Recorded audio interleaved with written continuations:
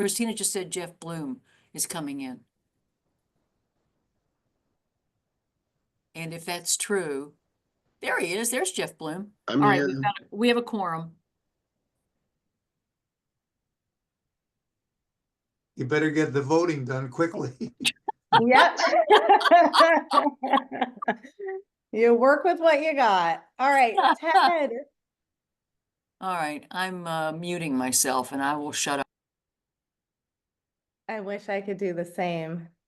All right. Let's let a few more people in. Okay.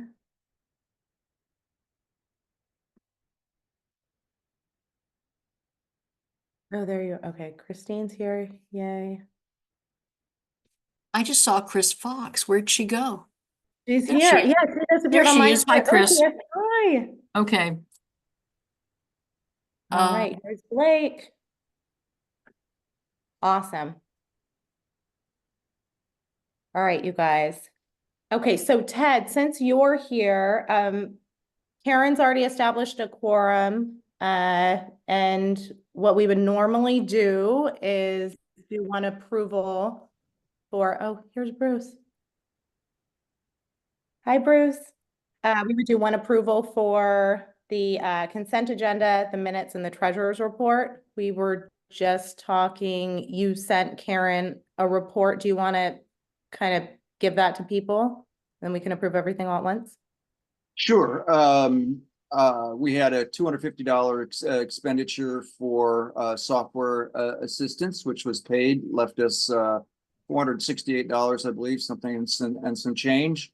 I've submitted to Blake our request for funds for the next year, and they are in the process of doing that. And unless I'm mistaken, Blake can correct me there, we're looking at about $1,700 for that budget. So that leaves about $2,100 to take us through the next year, provided we don't have any, big expenditures beyond that. I suspect we'll probably be okay, but Blake indicated that if we had any problems, we could come back with a well if we needed to. So that's about it. I note that I was just at the 501 meeting. I'm running home here. Anyway, so the big question is, are we going to contribute, $50 to the fund there? And I mentioned to Christina that before I write any checks, I need to make sure that everybody's on board with that. And then at your direction, Christina, I will issue that check. Yes, Ted, we have the votes and I did check with Blake, so we'll, Okay. you and I will. Okay, so I will issue a $50 check to the 501, or for the, I if it's 501 or who it is. I guess it's Community Lions. Council. I'm not sure who it is, but I'll issue the check. I'll ask Craig who I'd make it out to. Cool. Okay, so Okay. we can vote on all three items in number 2 then, right? Yes. That's what we normally do. Okay. Madam Chair, And I'll move to approve. I'll second. who was the second? Christine. Oh, Okay, thanks.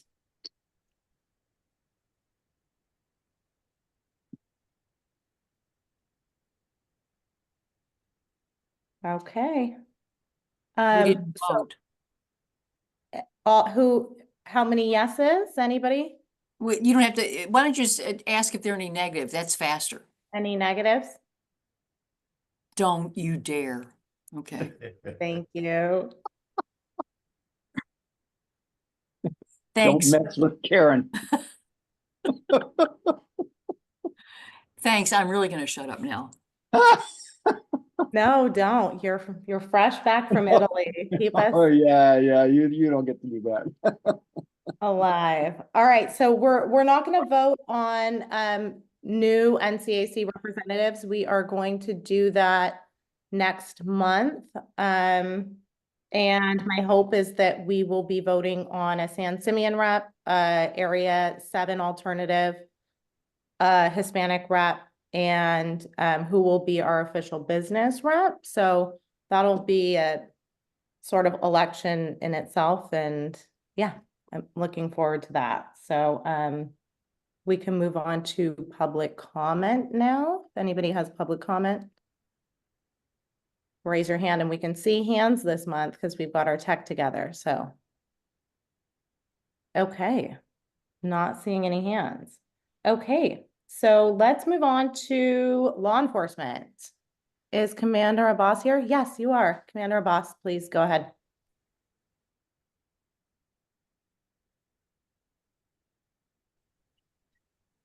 Hi there, how are you doing? Good, thank you. Thanks for being here. Not a problem. So looking at our call statistics for the month of February, we had a total of 249 calls for service as opposed to 241 from the same reporting period last year. Of note, we had 16 preventive patrol activities, 20 enforcement stops, and 11 disturbances. That's what I have, unless anybody else has anything for me. No, I don't see. Commander Boss, I have a question. Sure. I've been getting these incident reports, and I think they're from ADT. It's a private company, but they're consistent with your statistics report each month. And basically, they tell me in the area that I live in, a certain area around there, if there were any assaults or anything else like that. Would you, I guess my question is, would you recommend that, or is that kind of a hyped up commercial thing, or it seems to be consistent with your statistics report? So are you asking in terms of subscribing to some security service or No, what it's not a subscription. It's basically free. And I think I signed up for it. It's almost like the fire, warning. It tells me if there are any assaults or anything like that in my area, my specific area. Got you. So it alerts you if there was an incident in your vicinity, at or when that incident happens. Is that am I understanding that right? Or Correct. kind of get And I can use that to go to the police report and look at the Sure. police report for that. It doesn't tell me a whole lot of information, but a little bit more than is on your statistics report. I was just my question really is, would you recommend that? I mean, am I getting something that is a scam? I'm not, I'm familiar with ADT as an alarm service provider. On my home, I have a Ring service. So Ring has a similar service where they'll alert me of a Ring subscriber that says that a package was stolen, or a Ring subscriber that says that their car was gone through in a neighborhood nearby. I find it to be to have some worth to it, again, just for situational awareness.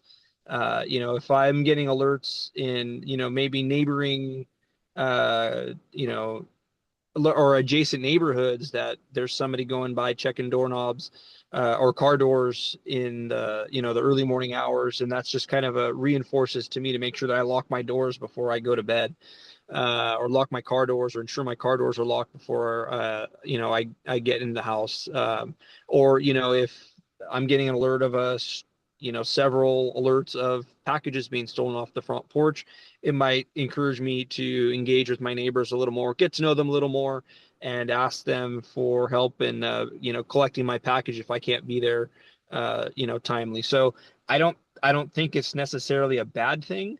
I think that those services pretty well anonymize exactly who is putting it out. It gives you kind of a general idea of where it's occurring, if I'm understanding what your service is like versus my experience with my particular service. So yeah, I don't necessarily think it's a bad thing. Okay, then I will send Karen Krisman a link to put on our minutes. Oh, Sure, and good. just let you know, I'm not endorsing any particular service one way or the other. But yeah, if there's a free service that'll provide you, again, some situational awareness in your community, I don't think that's a bad thing. Thank you. Thank you, Commander, and thank you for being here. Not a problem. Okay, so we have both Bruce and Blake here, and Blake has a presentation for us, but I don't know, is there anything you wanted to share, Bruce, or? Only that I'm proud to have my chief of staff and budget director here to enlighten you. Let me just preface that we are on the threshold of budget season, and it's going to be a very, very challenging one. We will have an item, the agenda should be out to the public this afternoon. And if you check item 35, I do believe, you will see the rundown, and that staff report gives you a whole lot of gruesome detail. But we've got a significant budget gap to close. But I think understanding Blake's conversation with you last time, getting a little bit of the spread of what the budget looks like at a very high level will really help everybody start to engage in understand better the budget process. Why don't I turn it over to Blake, and when the budget presentation is done, he and I would be happy to take questions, and then I can take any questions of a general nature.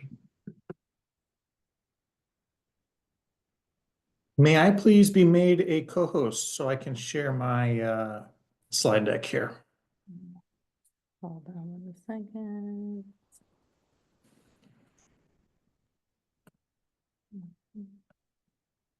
All right, let me know that worked for you. That looks good.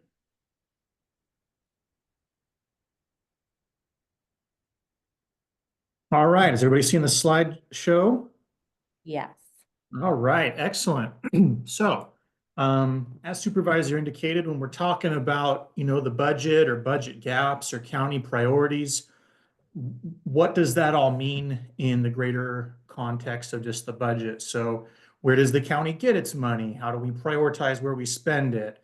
How much do we spend and where? I'm just going to go over, again, a high level. I got about 8 or 9 slides here to run through where the money comes from and where it goes.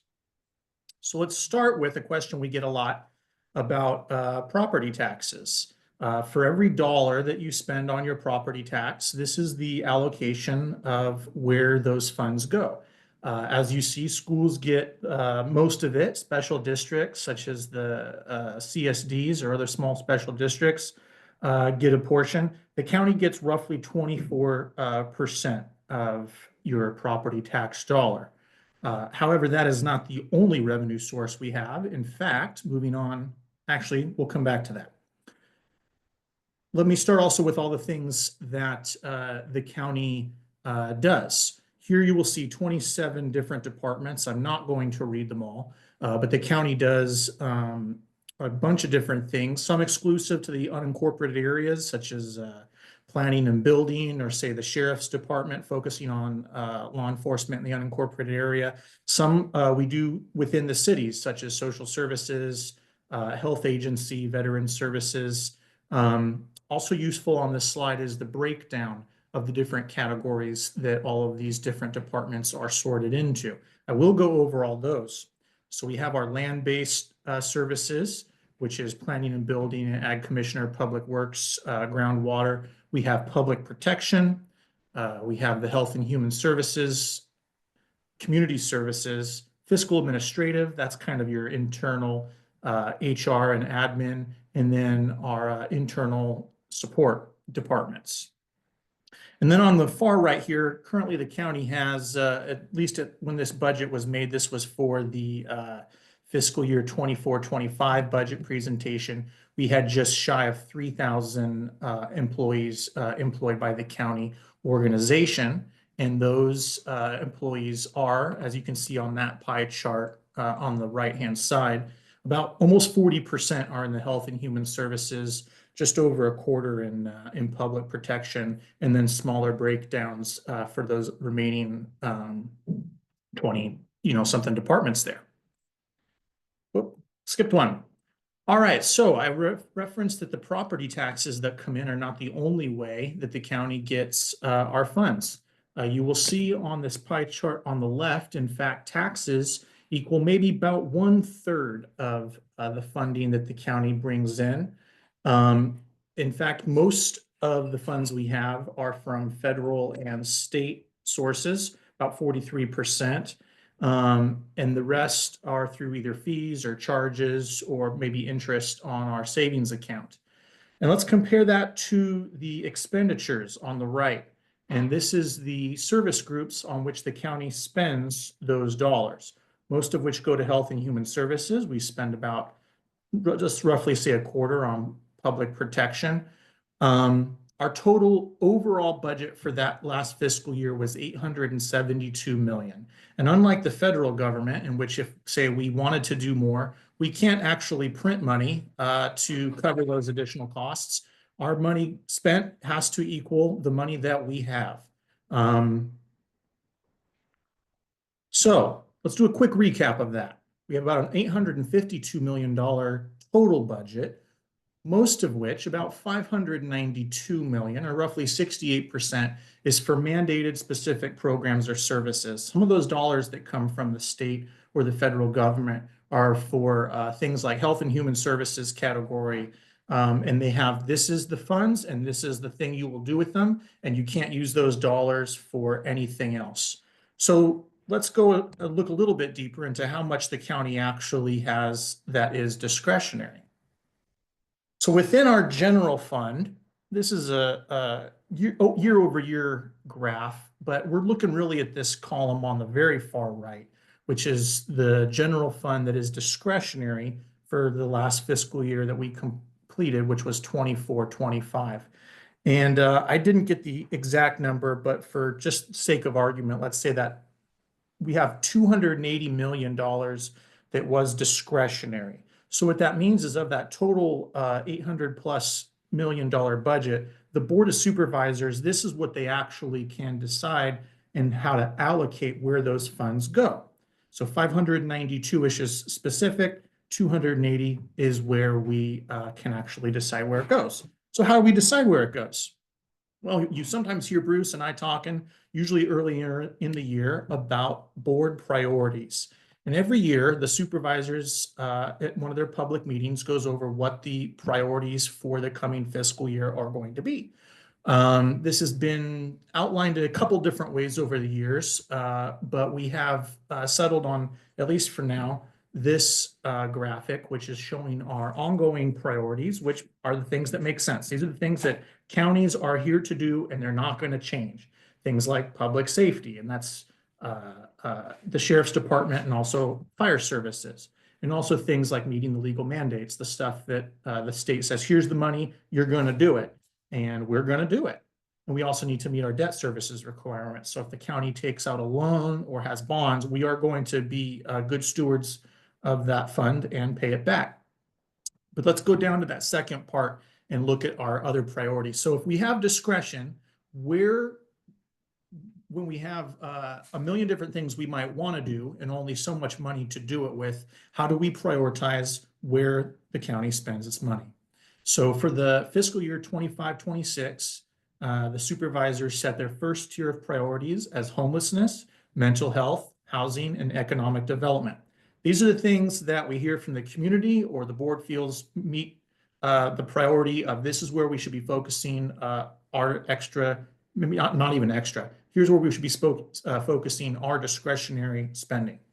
And then under that, we have second tier, which is resiliency, and that's emergency preparedness and infrastructure recovery. That was in the wake of some of the 2023 storms or potential fire hazard.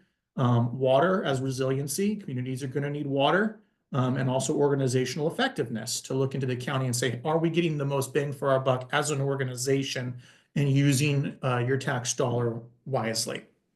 So here's how we prioritize the money.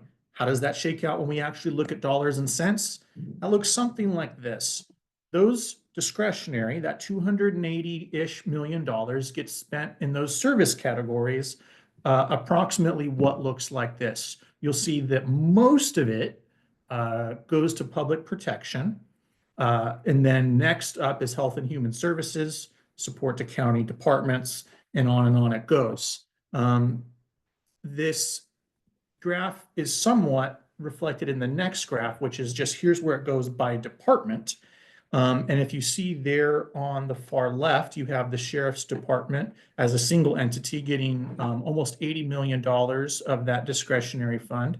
And part of the reason why that is of all the funds that come down from the state and the federal government, public safety is not one of the categories that they actually provide us funding for. And thus, in order to effectively fulfill that obligation, we need to do it out of our general fund. You'll see next up is the health agency, county fire, social services, public works, district attorney, IT, and on and on. And the long graph on the right is the 17 other county departments, all just stacked on top of one another, equaling roughly about what we provide the sheriff department out of that $280 million discretionary general fund. So that was the overview. Let's stop down. I'll quit my screen share here. That was a lot of information at once, but let's go over any questions you guys might have. That was the quick and dirty County Budget 101. What? Thank you, Blake. Oh, I- Kermit, did you have? Yes, Oh, we have hands.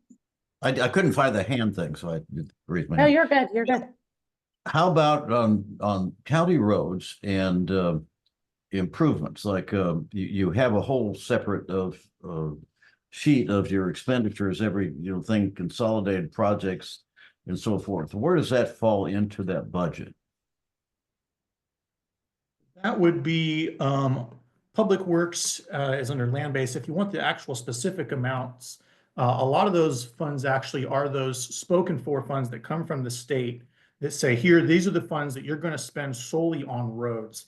And if you give me maybe 3 minutes, I can pull those totals for you out of the county's budget book, which is about that thick. But I know how to search through it real quick. Again, those are usually not the discretionary money. Those are, here's a pot, here's what you can use it on. It's going to be roads from the state. Okay, well, where do you pick your project? How do you separate and decide what road to work on? So maybe I can jump in on that Sure. one, Blake. The county public works roads people are all over the county all the time checking. First order business is safety. If they see an unsafe situation, a shoulder that's crumbling away, pavement that has deteriorated to the point that it poses a threat of damaging a car or sending it out of control, they will go and fix that. The budget for road maintenance, if I remember correctly, is about, there's a total of about $30 million. About half of that is for long-term maintenance that we know we have to do, and the other half is for repairs. And the way that gets funded is we have to contribute a certain amount of money, which again, in my recollection, is about $6 million. And if we do that, then the state will give us a piece of gas tax, which amounts to something like $11 or $12 million. And I may be way off on that. And if you're interested in the gory details, I think Blake can get that. And then there are a number of other ways in which we get money. But overall, what we do is monitor what we call the pavement condition index. When you talk about, does this road need to be resurfaced or repaved? There's an index that runs from 0 to 100 as to the quality. And the Public Works Department looks at that index number, and it will deteriorate over time, and then looks at the number of vehicles that are on that road on the average every day. And so what we do is there's a formula that they use to prioritize the prioritize money going to repairing pavements called the pavement management system. They look to put the money first on the most heavily trafficked roads and last on the roads least traveled. And that's why if you go into the far-flung rural areas of this county, you will sometimes find a pretty bumpy ride. Yeah. Thank you, Bruce. And then Blake and Kermit, you guys want to connect behind the scenes, maybe over Yeah, email? I can get Kermit those specific numbers if you're looking for them, or if you just, I find them in your county report. It's got a lot of that 79 page monster that has all the things in there. yeah. And I guess I really appreciate how much you guys spend, because it's a tough, and how hard the decisions are made, because on Santa Rosa Creek Road, there's not a lot of traffic, but you've been spending a lot of money on there, and I was just kind of curious. That's thanks to the expert advocacy of your county supervisor. Yeah, I'd that's like- kind of what I was wondering where that. I left I'd out like- that part, which is, you know, part of the supervisor's role is to go into that pot of money and fight for it for you all. And he does that on a regular basis, about every other Tuesday. Thank you. Karen, you want to go ahead? Thank you. And thanks to you, Blake and Blake and Bruce for giving us this information. I'm wondering if that slide presentation can be sent to us to put on our website. Is that a possibility, or am I overstepping? Gladly, that's all public information. I pulled it out of our county budget presentation. I can package that up and send it to you to put on your website. Thanks. All right, so I'll put in the minutes that you will do that. Mhm. Thank you very We'll much. do that. Thanks. That's easy. Can I ask a general question that might not Sure. have a very clear answer, but I noticed that you mentioned kind of how the county and the supervisors prioritize things is based off of what's really important to the public. And in my brain, that kind of implies that the public understands the different pools of money that are being spent, that are coming in, how much is in there and how much is being allocated. So I guess my question would be, what if the public really wanted something like a park, but you needed to fund fire? I guess at what point does any government organization kind of make the unpopular decision to say, we hear you guys, but we're prioritizing this? And I don't know if there's an answer for that, but maybe it's just a conversation. I might defer to the professional on that one. We do that at our budget hearings formally. We do that in our budget hearings in the second week of June. So we're in the process of preparing. We'll probably by mid-May, our admin department will release a recommended budget. That'll actually have an item before the board somewhere between early May and later middle May. And that'll show you what, after processing all the literally hundreds of different programs we do, looking at what the board has set as a priority and looking at what kinds of revenue we expect for the next year, both in terms of property tax and sales tax and transient occupancy tax and monies coming from the state and the feds. They go through this very delicate balancing act based on conversations we've been having over the last 6 or 9 months. And there it is. Then we that's then out for everybody to have a look at.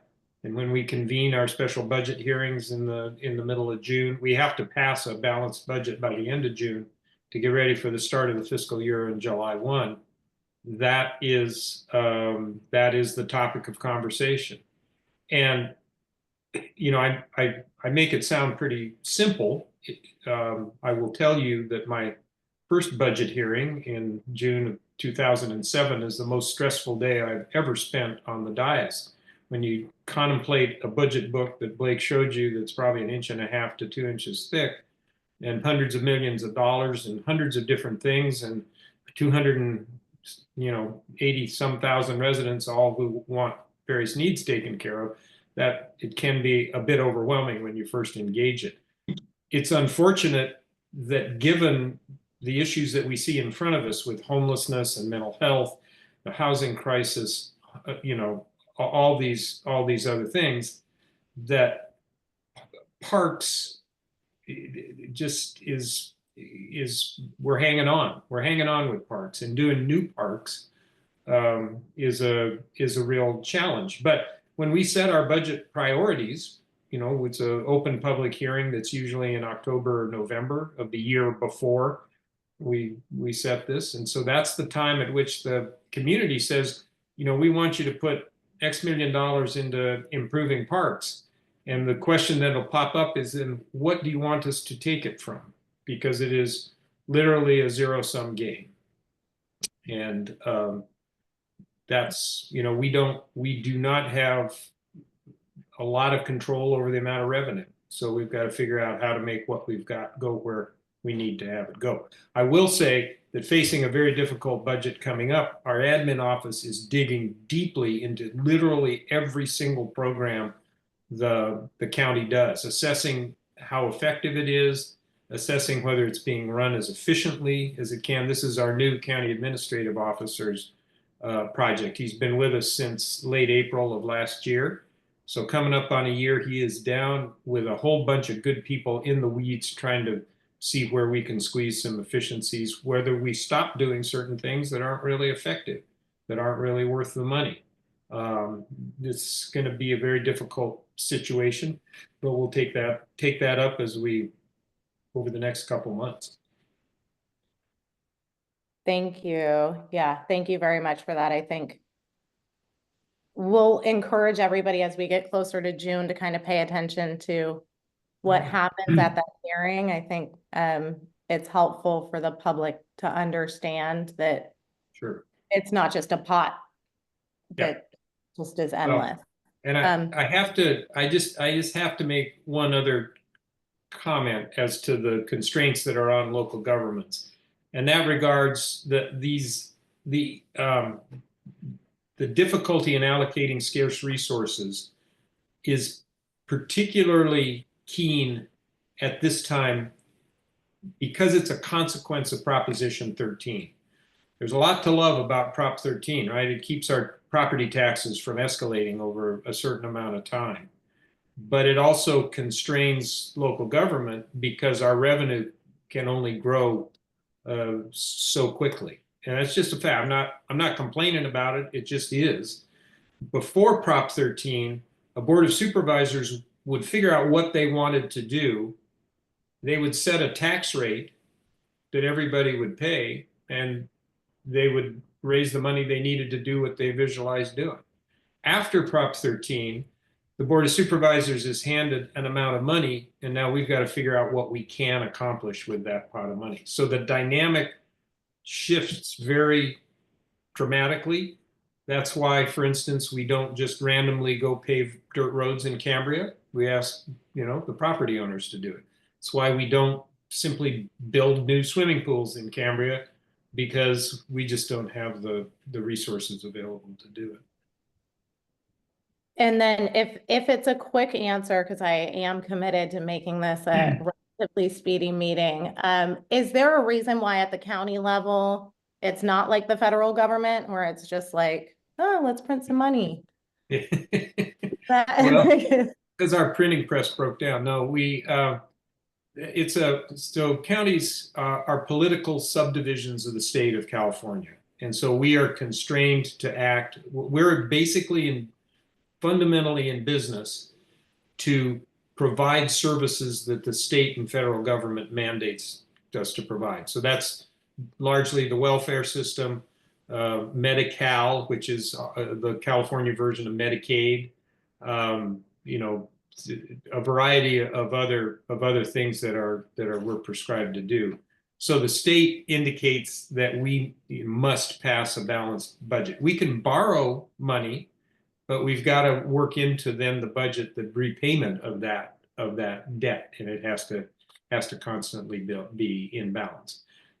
We've been very careful about borrowing money. Our debt service is way under the standards, about little more than half of what's considered safe or prudent. And so this county, long before I ever showed up, and continuing, has been managed very conservatively on from the financial side. Okay, thank you. Sure. That's really helpful, and I'm sure Blake will probably get some questions after this, but I really appreciate you guys doing this. I can't stress enough how important it is for people to get where the money's coming from, how it's going out, the hard decisions that have to be made for this happening equals that not happening, or vice versa. So thank you. Any questions not budget related for myself or the supervisor? Let's see. I'll take it if it's none. Yeah. Yeah. You're good. None's a perfectly acceptable answer. Okay. You blew minds. Thank you. Thank you.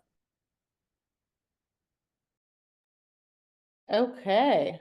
Well, let's see. We have land use committee and we do not have Jeff here. We haven't had any referrals or site visits this month. So if Dane, if you want to go in there, and if we have a few extra minutes, then I do have a question that sort of has to do with roads, but you had a few things you wanted to talk about. So, Yeah, sounds okay. good.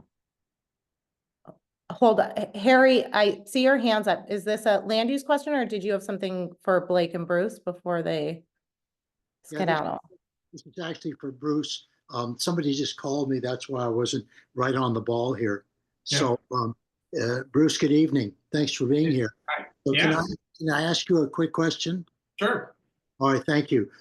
So actually, I inquired with Blake a couple of weeks ago about the skate park here in Cambria ultimately being on the agenda for the Board of Supervisors, and he followed up for me and said it wasn't in the immediate future. Is at any point the Board of Supervisors going to be addressing and approving the Cambria skate park? That, you know, the board just approved it being at the location across from the Vets Hall. So I just wanted to follow up and see if in any way, shape, or form the Board of Supervisors were going to be addressing this. Well, presumably the construction of the permanent skate park is going to require, I would guess, is going to require a permit of some sort. I don't know. But that would be all through our planning department, and to my knowledge, and Dane may have other information. I haven't heard that a permit. I don't know that there's a specific set of plans. I don't know what level of permit they might need, but at a point when they are ready to actually start the construction, they would come in for the necessary permits, if any. That question would only reach the Board of Supervisors if someone appealed a decision made at a lower level. So hopefully it slides through with no controversy, but I hope for a lot of things. So yeah, well, hopefully it will just end with the Planning Commission and we'll go from there. So yeah. Well, thank you for that concise answer, Bruce, and Sure. Much appreciated. My pleasure. Good to see you. Good to see you too. My name is Dan Mueller, County Planning. I'll give a quick update on that one. The project manager is Andy Knighton, and I know it's gone to hearing at least once, so it could be in the appeal process potentially. You should reach out to him, and I'll provide, provide Christina, Andy's contact info, or she probably already has it, and she can give it to you so you can get an update, I'll on the send it land over use to you, permit at Harry. least. I'm not Okay. sure if it's been approved yet, or it's in the appeal process, but it's gone to at least one hearing, and I know that. So Well, Dane, I appreciate that. And what is the gentleman's name again? Andy Knighton is the project planner on that one. How did you spell his last name? With a K, Knighton. All right. Well, thank you very much. Yes, sir. Appreciate it. And then I have one quick update as far as the group goes. You don't need to wait until budget season to get excited about participating in public hearings. There's one coming up in April 24th. The Planning Commission is going to discuss ADU Senate Bill 9 and density bonus updates. I know based on water availability, Cambria in particular may not be, as affected by these ADU Senate Bill 9 and density updates. But for those of you who have family and friends elsewhere in the county, or for one day if the water moratorium or the water issues ever are completely solved in Cambria, this would definitely come into play. So April 24th, 2025, and then I would be happy to send Outreach NCAC SLO the contact information for the project manager on that one. I believe it's 2 separate general plan amendments. The way general plan amendments work is they go to the Planning Commission for a recommendation, and then ultimately another hearing will occur for Board of Supervisors action. That's it. That's my big update item. I'm open to any questions.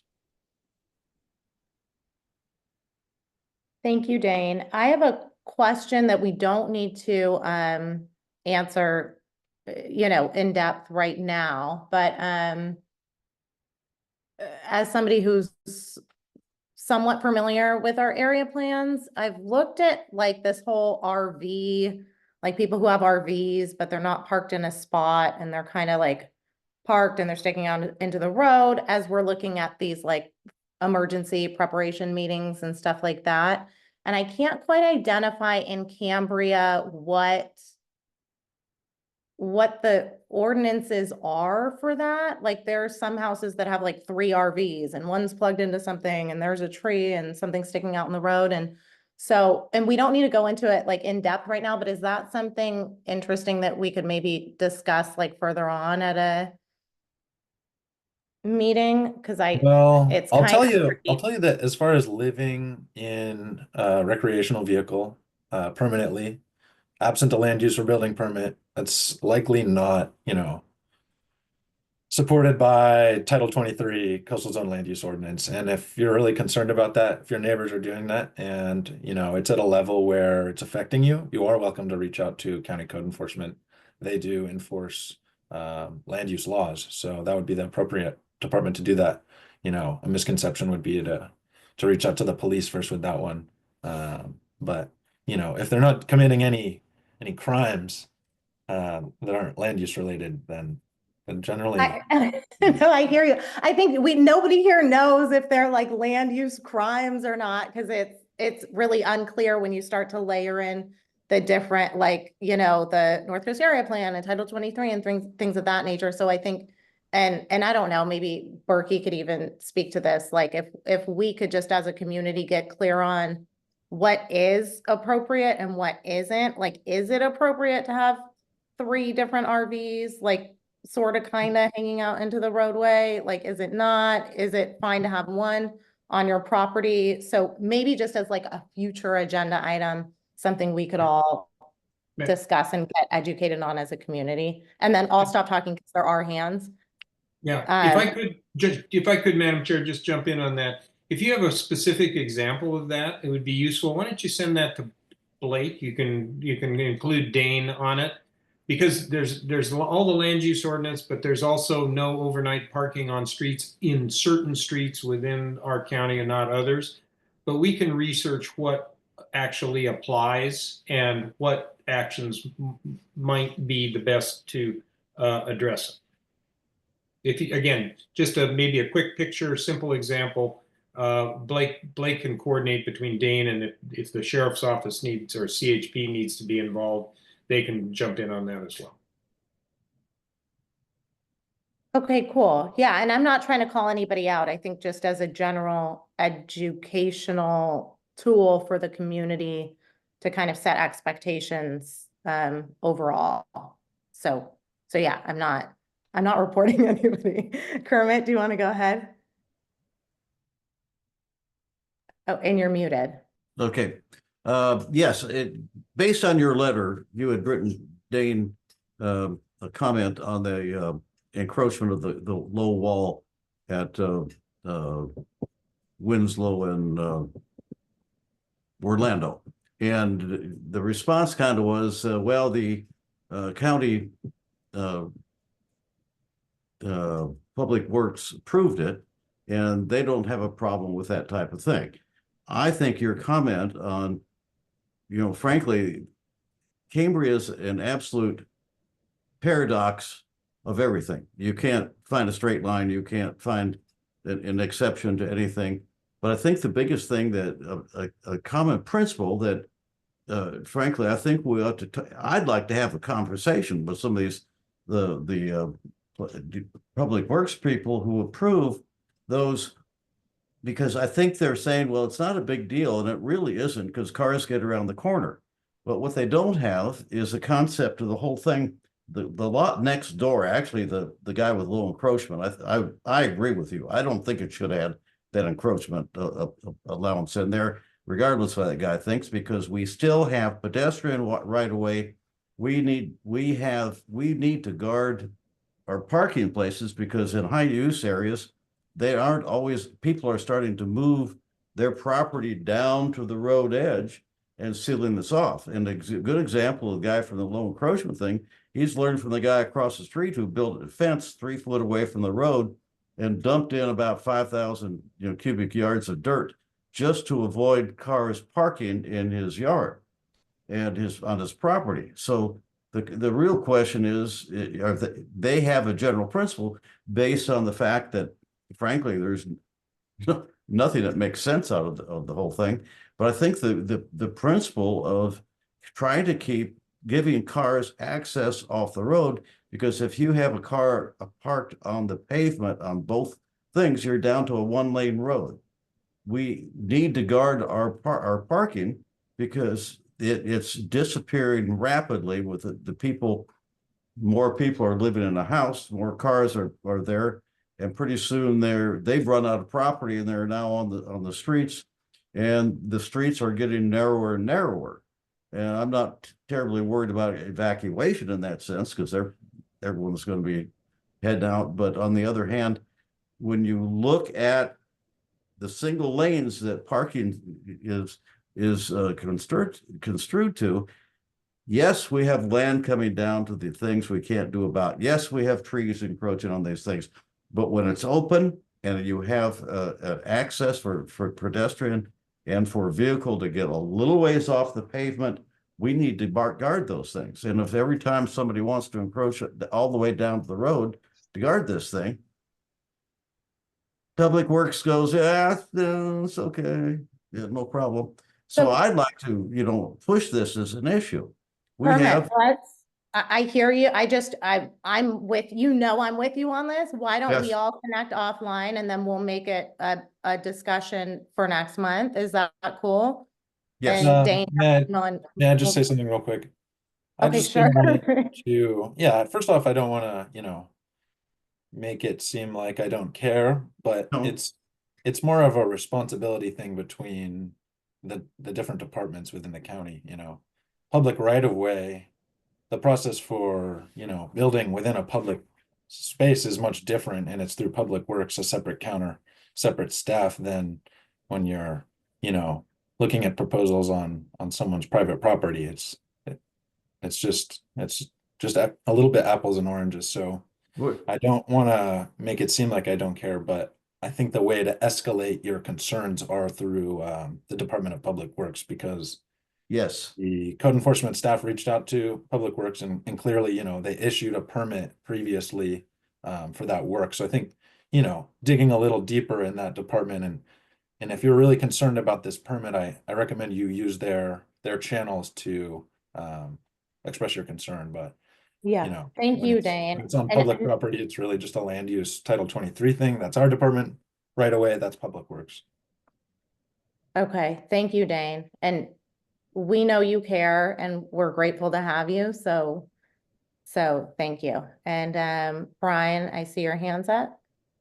Yes, my question is for Dane and through him to county planning, and it has to do with the Lambton Park and the stairs going down to or used to go down to the water. As the last I heard, it was like a 2-year process to get approval and the bid process and so on, to get those stairs repaired. Even though it's considered part of the emergency evacuation for pedestrians in case of fire or any other thing from Lambton Park. I don't understand. I guess my question is, I don't understand how FEMA got involved in Shamel Park, which is another county park, and repaired that fence right away, which is not any emergency access kind of thing. And yet we are seeing a long-term repair for the stairs at Lambton Park. So my question really is for you to get a response back from the county as to why it's taking so long. Again, if I could jump in, Madam Chair, I think I can answer that real quickly. If you look on our agenda, actually, item 17 on Tuesday discusses storm damage. And so the reason it's taken Lambton so long is that they had to assess and design a replacement structure for that.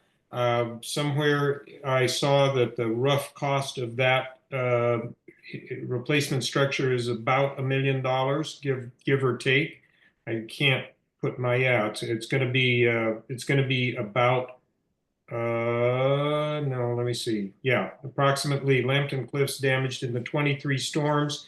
Construction's is anticipated for fiscal year 26-27. So somewhere between July of 2026 and the June of 2027, they expect the construction of that. It is eligible for FEMA reimbursement, so that because it was damaged in a natural disaster, that comes back to us. What the county does is it goes and fixes things that get damaged and seeks reimbursement from FEMA. FEMA doesn't actually do specific work in the county. Not completely familiar with the fence at Shamel Park, but it's likely that Parks could go ahead and rebuild that fence, keep track of what it costs, seek reimbursement from FEMA later. That'll be the same thing we do with these stairs, but putting those new stairs in is a big deal. Thank you. Thank you, Bruce. Jeff Bloom. Just a couple observations. So on going back to Bruce on the state money and how it gets used, I think you kind of sped right by it, but I think what you were saying was that the $6 million on roads has to be from county funds, and then in turn you get a block of however many millions of state funds. Correct. Then I think the question that comes on top of that is, do you do any work beyond the gas tax you get from the state or grants you get from the state in terms of street maintenance and improvement? Because that's really where the rubber meets the road about the other departments and the other expenditures, is if you have to dip into your general fund to do something beyond what you get gas tax for and the $6 million that you spend.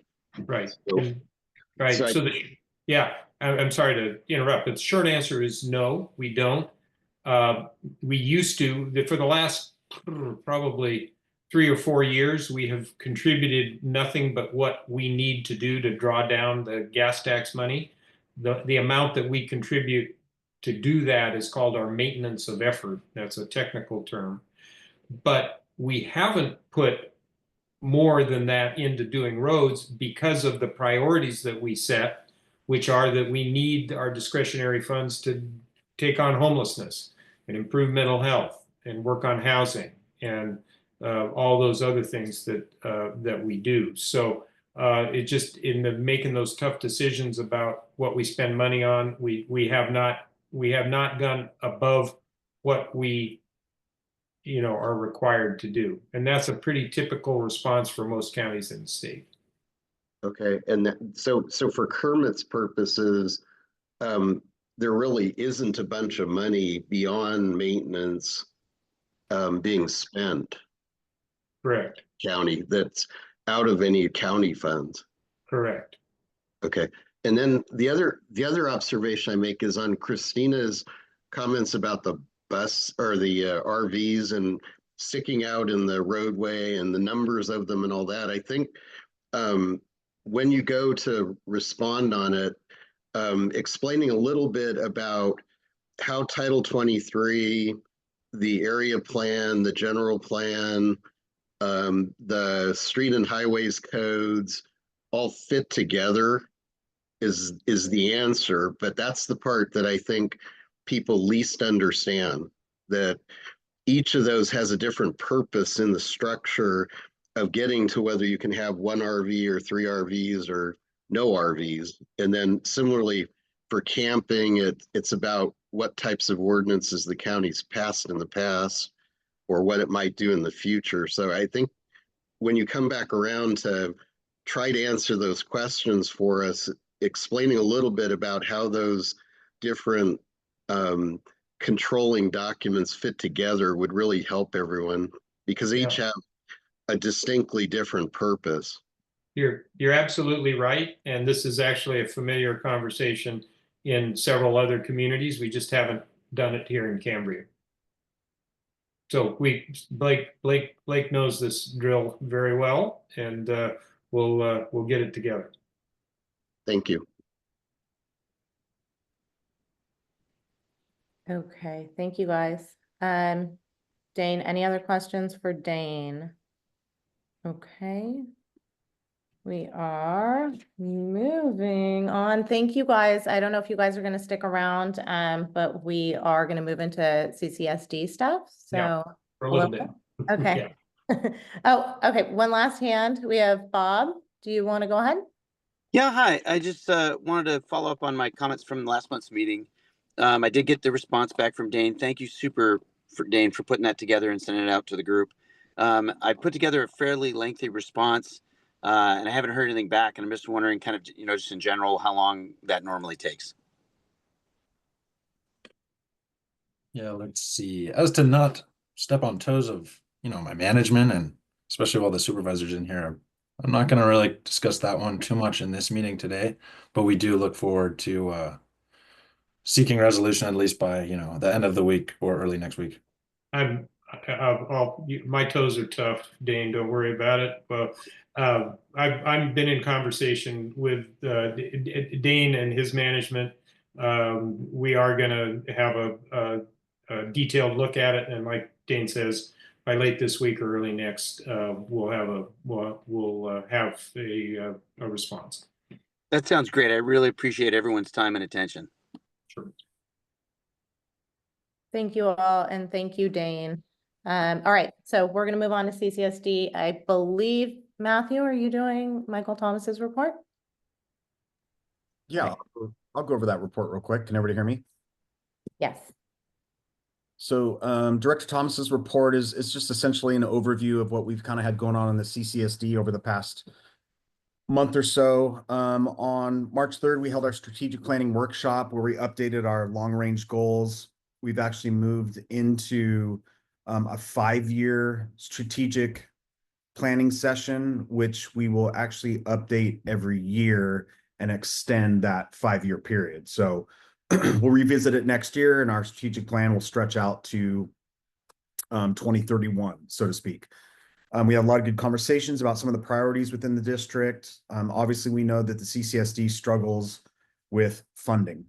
We've been in the moratorium. There's no growth.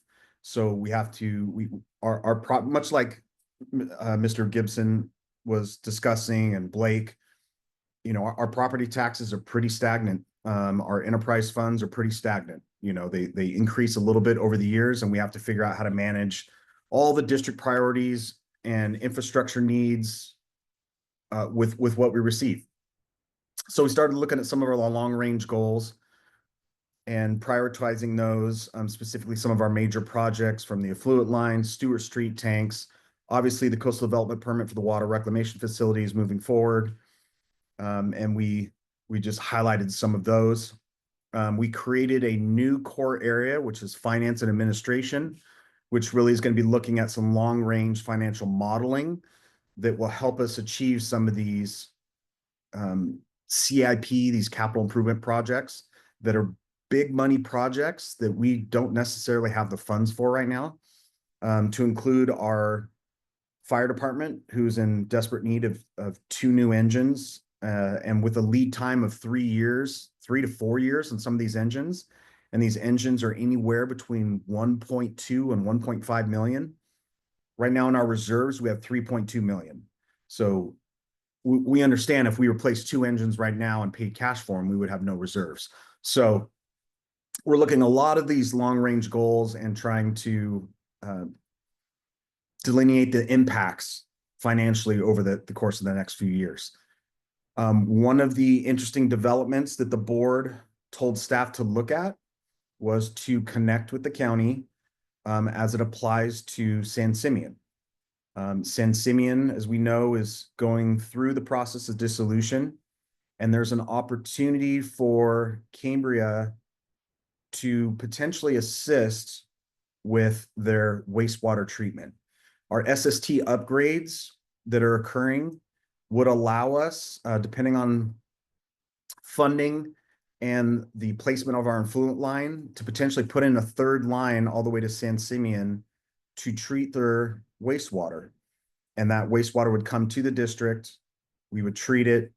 That water would be placed in our percolation ponds from a different aquifer and theoretically be a source of what could be considered new water.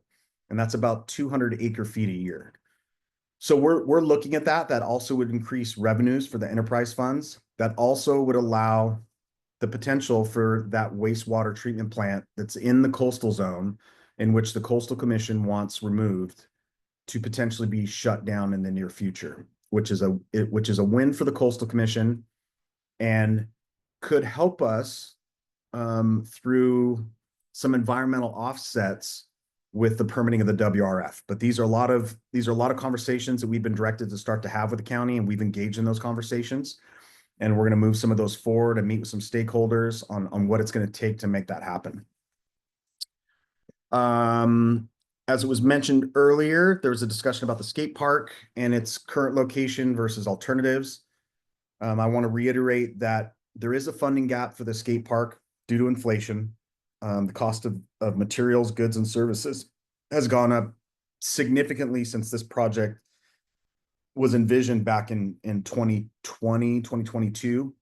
And the board decided to keep it in its current location. We're looking at amending the MOU to ensure that not only that the district is capped at its $178,000 contribution, plus the grant that we've secured that's supposed to fund in February 1st. And it's allowing the Cambria Community Council to try and close that funding gap. Additionally, there's a discussion of bringing forward another MOU in which the Cambria Community Council would be responsible for any overages in the project, or what we call overruns. It's our belief that that project will be more expensive than its face value right now once we get into the construction. There's always things that happen once you break ground in any development project that causes change orders and overruns on the project. And the district is looking to protect its general fund reserves because they're needed in so many different other high priority areas. And there was an outpouring of support, not only from the community, but from the board to keep it in its current location, but also to create another amended MOU to protect the district essentially from not having to go into its general fund reserves to complete the project. So we're in a little bit of a gray area right now as we construct that new MOU. We don't know exactly where we are in terms of the total financial gap. There needs to be a PG&E meter installed. That needs to be either tunneled in from the vault or a power pole being installed and the power dropped. We don't know what that cost is going to be, and we're still waiting on that. Our funding gap could be anywhere between $80,000 and $200,000. We just don't know at the moment. So it's significant.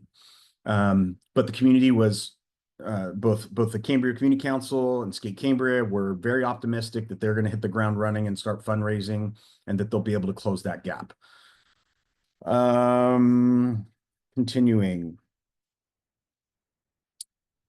The community park plan was presented, accepted, and filed. The board did direct us to have a pre-planning meeting with the county to take a look at that community park plan to see if some of those features are feasible in the East Ranch. As we know, the East Ranch is surrounded by flood zones and setbacks. And what we've been directed to do is to meet with the county to see how feasible some of those features are, given some of the restrictions within that area. And we really just don't know. We haven't met with the county to really discuss it on that level, to have their eyes on it, to discuss what can and can't happen in the flood zone. Some of these features may be acceptable or may not. So we've been directed to meet with them and kind of get their feeling for it. And so we hope to have that done in the next couple months. And with that, we also have our community preparedness meetings that are coming up on Monday and Tuesday. Christine, I believe they're kicking off at 9 a.m. And that's where the chief, myself, I believe Christina will be there. And it's going to be a kind of an open forum with representatives from CHP, County OES, Sheriff's Department. We haven't heard back necessarily from state parks or NOAA, but we're going to have basically an open session dialogue. We're going to have pamphlets and different materials to hand out. We have some evacuation preparedness check sheets that you can take home with you. And it's going to be refreshments, drinks, just an open forum for everybody to come in there and ask questions and concerns. And what we're really trying to do is to get these individual neighborhoods to bond together and come together to prepare as a neighborhood, because we know when these things happen, our fire department's not going to be there to help get you out. It's really going to take the neighborhoods to come together and help one another. So that's coming up on Monday and Tuesday, and we'll have more of these throughout the year. But this is our first big stab at it, and we're pretty excited about it. And with that, I will turn it over for any questions. Thank you, Matthew. Okay, Tina and Karen will go after Tina. Tina, do you want to unmute? Can you hear me? Yes. Okay, thank you, Christina. So I just want to make an announcement that tomorrow at the Cambria Vets Hall, Congressman Jimmy Panetta will be there from 12:30 to 1:30 p.m. And I'm quoting, it says from Jimmy Panetta, quote, "I'm hosting a town hall in Cambria at the Veterans Memorial Hall, 1000 Main Street, Cambria, 12:30 p.m. to 1:30 p.m. to hear from you and talk about how Congress is fighting back and working hard to protect the benefits that you and your family have earned." That's a quote from the message I received today. So I don't think too many people know about it, and it's such short notice. So, may I make another comment very quickly on the GM's report? Sure. Okay, so I was at the meeting last Thursday regarding the skate park. The money that has been raised, I mean, the $600,000 grant from State Parks and Recreation, the 178,000 CCSD contributed, 431,000 and some dollars from Skate Park Cambria, and 47,500 from the County Tourism Board. So that is that meets the objective. And it, by the way, I talked to Planning Department yesterday to Andy Knighton, who's in charge of this project. And he said that it has been approved through the Planning Commission and it will not be going to the Board of Supervisors. It has been approved. And in this particular case, there's no need for it to go to the Board of Supervisors. For some reason, this was approved April 11th of 24. We're now almost in April of 25. I do not understand why there's been this delay for a project that is is either fully funded or short by whatever the GM has to come up with, whatever this gap is. So I just want to make that clear. Thank you. And I'll Thank you, Tina. As usual, you have information ahead of some of us, so, Tina, can so I follow? thank you. Oh, you want to chime in? Yeah, those numbers are inaccurate. So No, they're not. Oh, okay, wait, really quick, do you guys want to take this? Sorry, I'll mute. I'm sorry about that, but I'd like to respond. Okay, yeah, well, I think Matthew was responding, and then if this is gonna be a back and forth, if you guys could just take it offline, that would be appreciated. just clear it up real quick. So those are the initial numbers, 178,000 plus what Skate Cambria has raised, plus the $600,000 grant, which is a matching grant. There are pre-construction costs, permitting costs, PG&E, all of those things have been draining away at the overall fund. So the 178,000 that we had at one point is now down to about maybe less than $100,000 because we've had pre-construction costs. So there have been expenditures along the whole way, which has chipped away at that initial balance. When we look at the current bids, we're talking about construction costs only, we're not talking about pre-construction costs. So if we were going back 4 years and we said the total project to include pre-construction costs would be 1.2 million, then we would be okay. We're talking 1.2 to 1.3 million just to construct from today moving forward. So all the monies moving backwards that have been spent have lowered our contributing amount to that matching grant. So we are in a deficit. There's no ifs, ands, or buts about it. Now, with that being said, the community council and Skate Cambria are motivated to close that funding gap. But we've been spending a ton of money just getting to where we are today, which means that the overall amount that has been dedicated to the skate park has been dwindling because we are spending money as we speak. So when we look at an engineering estimate and we look at bids, the bids are just to construct the skate park starting to, let's say tomorrow to construct the skate park, it could be 1.3 million. And we only have potentially a million, 1.1 to contribute towards that 1.3, which means there's a deficit. That's just the numbers. So, but the board recognizes that, we recognize that, Skate Cambria recognizes it, Cambria Community Council recognizes it. So that's the funding gap that we're talking about. Okay, thank you, Matthew, and thank you, Tina. And once again, I think this is why it's important for everybody to start understanding how the funds work, how funding works, how. Can I speak please on this again? I would really, really, really appreciate if you guys could just take this offline. I would just like to give you the numbers and people can do the math for themselves. That's all, just the numbers. I think if you guys have differing numbers, I mean, I was at the hearing. They're not differing. They are not differing. Okay. I just want to give you 4 numbers. I just don't, there's nobody, Skate Cambria, Cambria Community Council, CCSD, nobody is saying that there is not a gap in this project. Everybody acknowledges it. So if you guys want to go back and forth on numbers, great. Come back to us next month with your final answer. But we can't take everybody else's time to go back and forth on this. And I appreciate you. I appreciate all you do. I appreciate it, but the numbers are what the numbers are, despite what the general manager just said. Thank you. Yeah, thank you. Okay, you guys, we are going to have to move on. If there is any other questions for Matthew, Karen, go on ahead. Yes, thanks. Hi, Matt. I cannot make the emergency meeting for my neighborhood.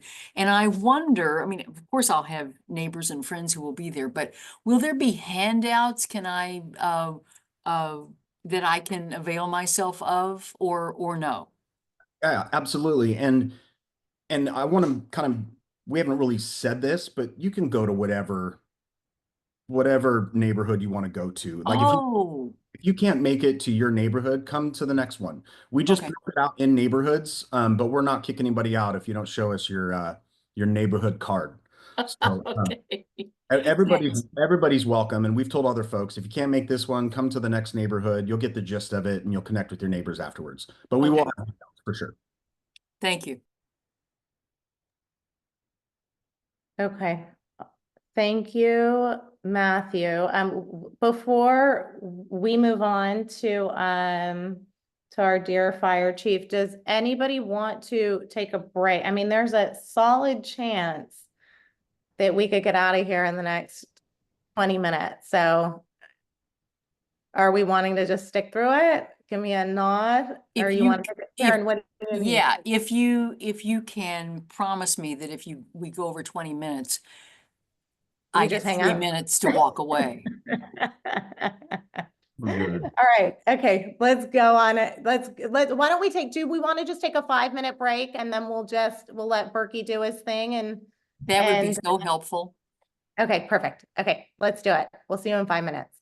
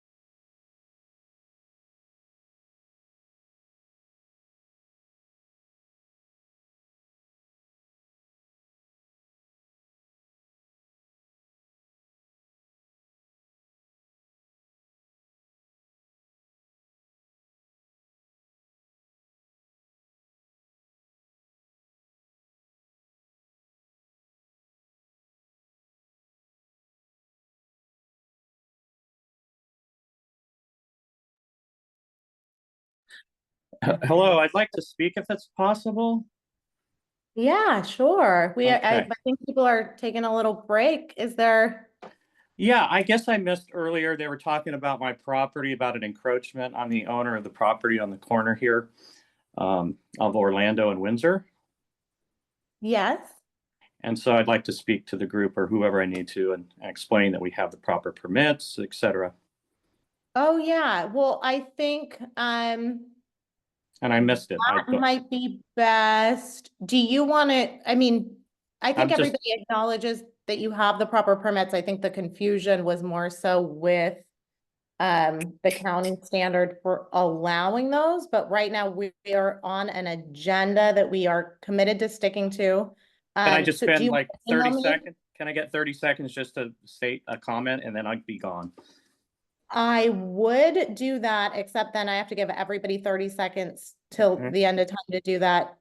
That's not on the agenda. So if I could ask you kindly to email me, and I'd be happy to share that, or you are more than welcome to speak. We'll put you on the agenda for the next meeting. That's fine. Literally 10 seconds, but I understand. I know, it's just, we're just trying to follow, protocol. So All right, can I get your email address? Yes, of course. Yeah. So I'm Christina, Christina, Okay. Gway, Gway. So that's Christina Gway at gmail.com, or you can email any of the emails that you see on the NCAC site. So that would be outreach or email or any of those. And I'd be happy to share and or have you on for our next meeting. And when's the next meeting? It's always the third Wednesday of every month at 6 p.m. on Zoom. Okay. Well, the landscape will be done by then, so I don't. Doesn't matter. So, all right. We got a survey that's recorded with the county. Okay, I had to go ahead and mute. So, Burkey, dear fire. Christina, if I may just say something, this is Ines Almeida on Windsor. When you have that meeting or any correspondence with John Fazio, I would like also to be copied on it, because we are the neighbors around him. We don't have an issue with that, so I would appreciate. Thank you. Absolutely. Okay. Because we are pretty frazzled at what is going on.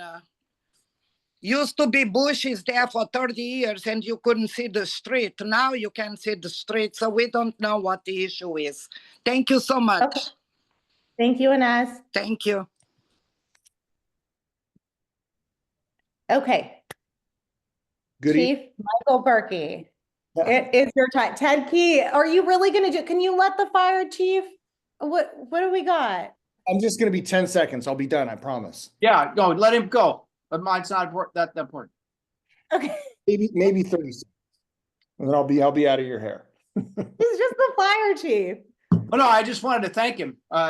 Thanks for your help the other day. I appreciate the good conversation. And I think you're going to be quite amused at what's going to happen with that fire hose. So thanks again. Oh, excellent. I love it. Yeah.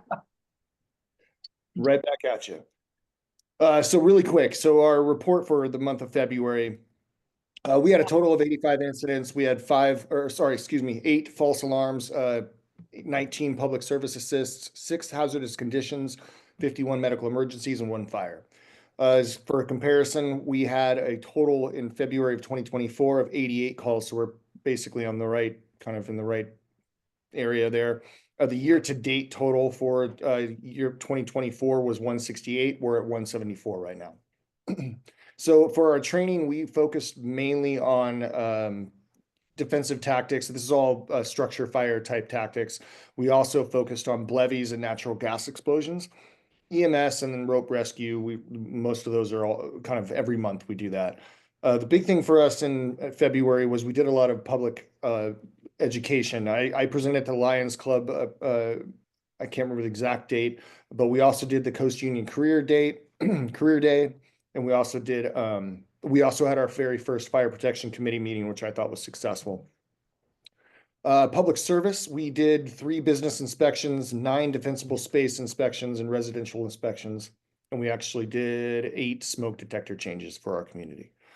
So I wanted to piggyback onto the community emergency preparedness meetings rather on March 24th and 25th. To piggyback onto what General Manager McElhenie said, we really want, and I've gotten a lot of inquiries about this. We really wanted to focus on the individual neighborhoods to really answer intimately kind of the specific questions for those areas. But we totally understand that if you're not able to make, that one meeting we just want you to show up to the meetings at some, that's what we're really looking for. A lot of the information is going to be the same, but we really want you to, and we really want to keep it intimate and on a small scale. And another question that I continually got was, is there going to be a Zoom option for it? And the answer is no. Again, we wanted to keep this in person. We really wanted people to show up, and then not. I feel like with Zoom, sometimes it gets a little, as we've witnessed this evening, sometimes it gets a little convoluted or messy, for lack of better words. So we just wanted to keep it intimate, keep it small. But please, if you're questioning what, if you're in Lodge Hill West and or Marine Terrace and you're deciding which one to go to, whichever one fits your schedule is the one we want you to go to. But we really want to encourage the public to show up no matter what meeting it is. But and if you're in Park Hill and you ask we're talking about West Lodge Hill, then and no problem. We'll try and answer the question as best we can. So again, I wanted to kind of touch a little bit on the traffic issues that we were mentioning earlier. These meetings would be a phenomenal time to bring that up. For your area, if you have any specific concerns, because Sheriff's Department and CHP will both be there on hand to answer those questions, and they would be the perfect people to kind of get to the bottom of this dilemma there. So that's the end of my report. I'm open to any questions. And I look forward to seeing everyone on Monday and Tuesday. Thank you. I think if I don't have any hands up, so I think the only thing I would like to clarify is, I know, when we kind of discussed this, some people feel like this is going to be another meeting where they're just being spoken to about like various things. And so if you could just highlight one more time for people kind of the difference in this and these series of meetings versus, other important types of meetings, but that just are operated differently, that would be amazing. Thank you. Yeah, excellent. Thank you. Thank you for reminding me. Yeah. So these are set up to be more of a question and answer type meeting. There will be a short presentation by myself. I apologize, but I love to talk. So I'll be up there just briefly to kind of get the ball rolling, but I really want this to be a community driven or neighborhood driven meeting. And so I want to make sure we're answering your questions. There's going to be plenty of information provided there at the meeting, but at the same time, we want to be able to get to everybody's questions. That was the whole reason for keeping them smaller and more on an intimate scale. So, and then also, this is not, if for some reason, I don't want to discourage anybody from making these meetings. I want to do the opposite. I want to encourage people to make the meetings. But remember, the reason for these meetings is to kick off a new direction for our department in emergency preparedness and for our community. So these are going to continue. I want to bring them back. I don't know of another date yet. We're going to kind of evaluate how this format went and take the good and the bad and try and make it better next time. But we're going to continue this hopefully for eternity. Really, I want to bring him back in potentially August or September, and then again twice next year if we can.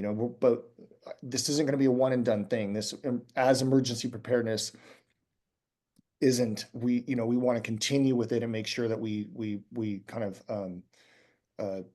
really drive home the message and continue with that, not just one time. So hopefully that answered your question, Christina, or clarified. Yes, thank you. I'm glad you got a chance to speak. All right. I don't see any questions for you, so I appreciate you being here. We will segue into fire safe focus. David Pearson, do you have something for us?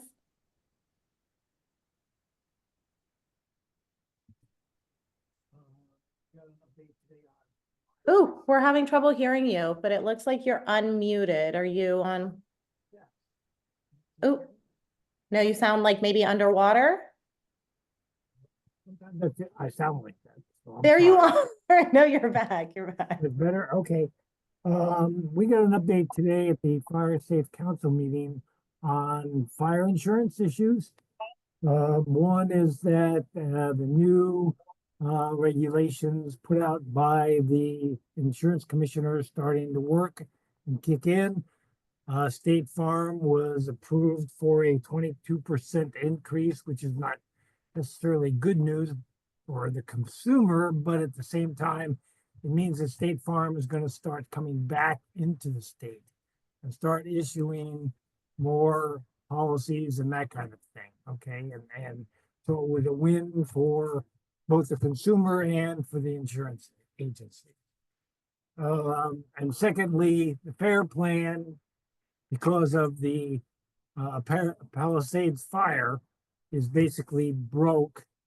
And so the FAIR plan has had to issue a $1 billion charge to those insurance companies that participate in the FAIR plan. And by the regulations currently in place, 50% of that is allowed to be charged back to the policy owners for each of those insurance agencies. And so everyone in the state is going to get a little bill assessment to help make the FAIR plan whole. Not good news on that one, but that's what the FAIR plan was set up to do, is to handle catastrophes like Palisades, and it's going to have to do that. So I've got other information, but in keeping with the time element, I will cover those next month. Maybe. Thanks. Thank you, David. Okay, so people who still have State Farm insurance can somewhat rest assured that, you know, those cancellations might be fewer and further between because they have the opportunity to raise rates. Is that kind of the nut of what you're saying? Yes. Okay. I would cool. say those people that have State Farm are going to be able to keep, but they're going to get an increase in their, and 22% is not across the board. It's going to be different for, depending upon what the model says on the possibility of having a catastrophic problem. Okay. Well, thank you. And yeah, I tell everyone I was just in Santa Monica doing some work, and I was telling everyone how all the work that you're doing is part of the reason why we all still have insurance. So thank you sincerely from all of Cambria. All right, and we do not have Cecilia here tonight. So Kermit, I know you submitted your report. Is there anything you want to share? I know we touched on some things with Dane. Your report is linked in the agenda that everybody got, so don't feel compelled to share, but if there's anything you do want to, feel free. I feel compelled to share. I have one report on the March 25th, or excuse me, February 25th, field walk with the SLO COG Southern San Luis Obispo Council of Governments. And we've made numerous requests for cooperation on the intersections on Highway 1 for assist with Caltrans and working on the bridge, a crossing underneath the bridge on the Highway 1 across between Fiscalini Ranch at the Santa Rosa Creek.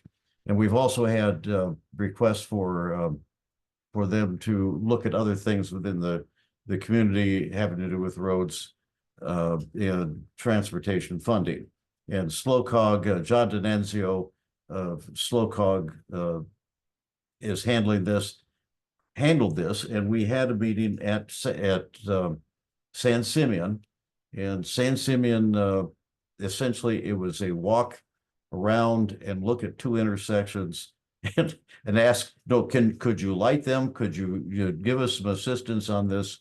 And Daniel Ortega was there as the area rep, but I'm not sure he's actually the area rep, but he was interested in the project and probably will stay with that. The second one was in Cambria, starting at French Bakery, going out to the turnoff at Santa Rosa Creek Road on Main Street.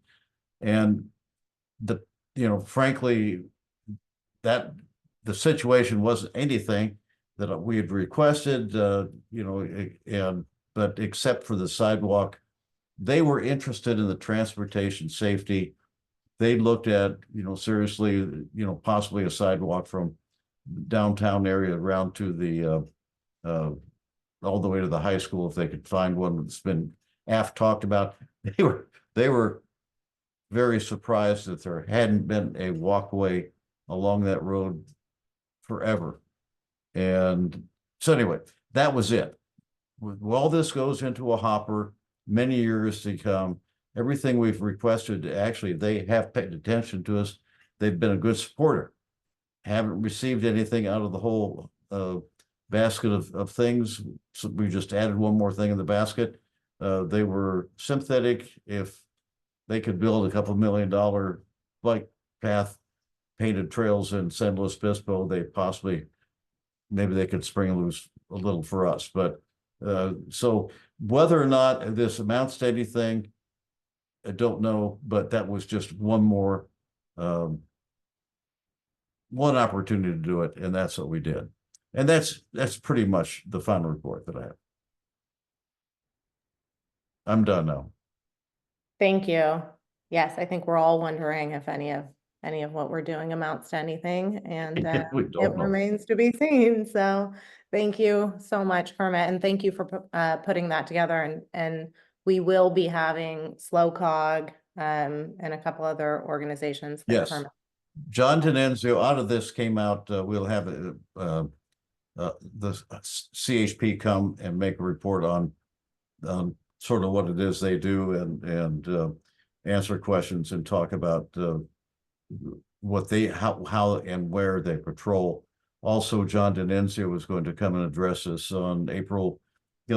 I switched the dates on them. John D'Annunzio is on May 21st, and the Lieutenant Genesso is on April 16th from the CHP in Templeton. So those are the dates. I'll send you a note on that also. And Okay. That's it. Perfect. Thank you. And yes, Brandy is not here tonight.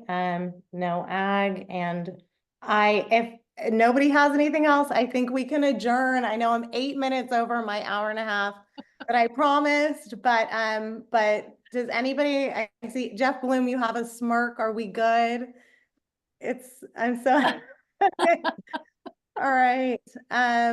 Yeah, as always, just appreciate you guys being faithful warriors on this journey, and let's see what happens. Is this adjourned, Karen? You're the boss. Not I. You were the one who said it. All right. Good night, you guys. See you hopefully April 5th at the nonprofit meeting. That's If right. not, we'll see you the third Wednesday of April for this meeting again. Thanks, Chris. Night, everyone. Good night, you guys. Good Bye. meeting.